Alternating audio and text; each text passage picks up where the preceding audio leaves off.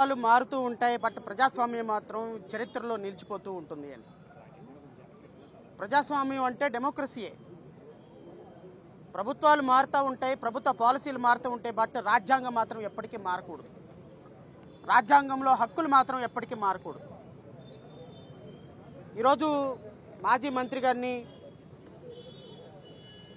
ఆయన మాజీ మంత్రినే కాదు, మా న్యాయవాద వృత్తిలో ఉన్నటువంటి ఒక సహ న్యాయవాదిగా కూడా, ఒక న్యాయవాదికే రక్షణ లేని, ఒక న్యాయవాదికే హక్కులు లేని ఈ రాజ్యాంగంలో ఒక సాటి న్యాయవాదికి ఒక అన్యాయం జరిగినప్పుడు న్యాయవాదులుగా, ప్రజాస్వామ్యవాదులుగా, రాజకీయ పార్టీలుగా ఖచ్చితంగా వారికి బాసటగా నిలబడాల్సిన సందర్భం ఉంది. కాబట్టి ఈరోజు నేను అంబటి రాంబాబు గారిని కలిశాను.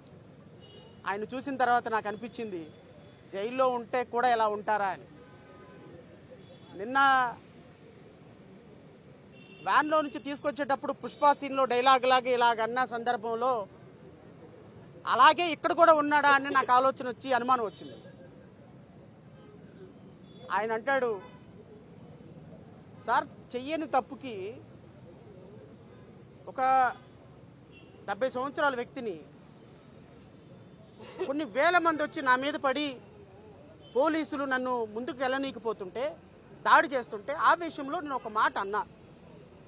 ఆ మాటకి కూడా నేను తప్పుగా మాట్లాడాను, అది ఉద్దేశపూర్వకంగా అన్న మాట కాదు అన్న తర్వాత కూడా రాష్ట్ర వ్యాప్తంగా 53 కేసులు నా మీద పెడితే నేను తప్పు చేసినట్టు అని ఒక